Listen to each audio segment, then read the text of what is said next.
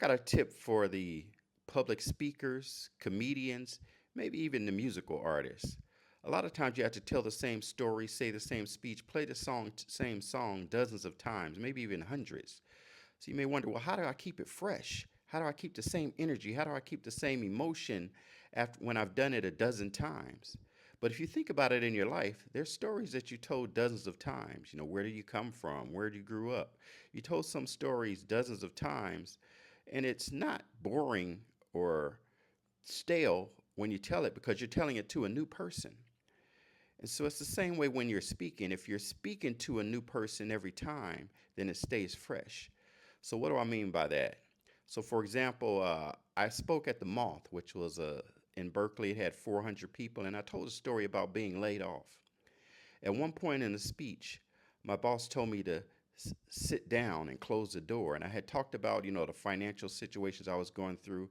Then my boss said, close the door and have a seat. And someone in the audience said, oh no.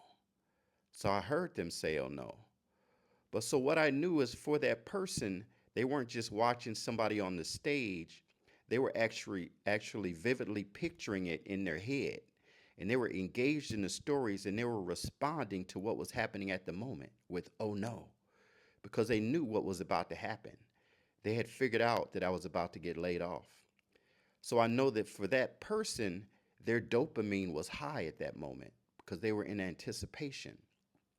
And so if I wanted to sustain that person's dopamine, I could have paused and had my boss go,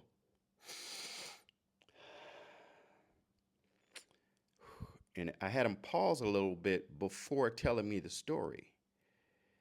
And so the reason that's important is I wasn't speaking to the crowd, I was reacting to that one person.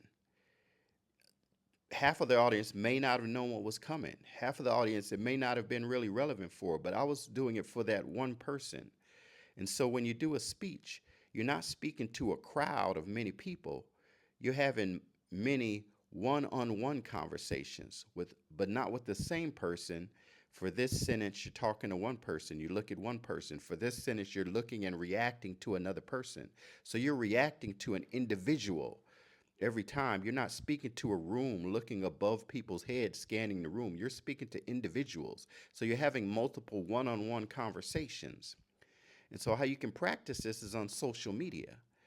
If you have a video and it got 1 million views, you're not speaking to 1 million people. You're having a one-on-one conversation 1 million times.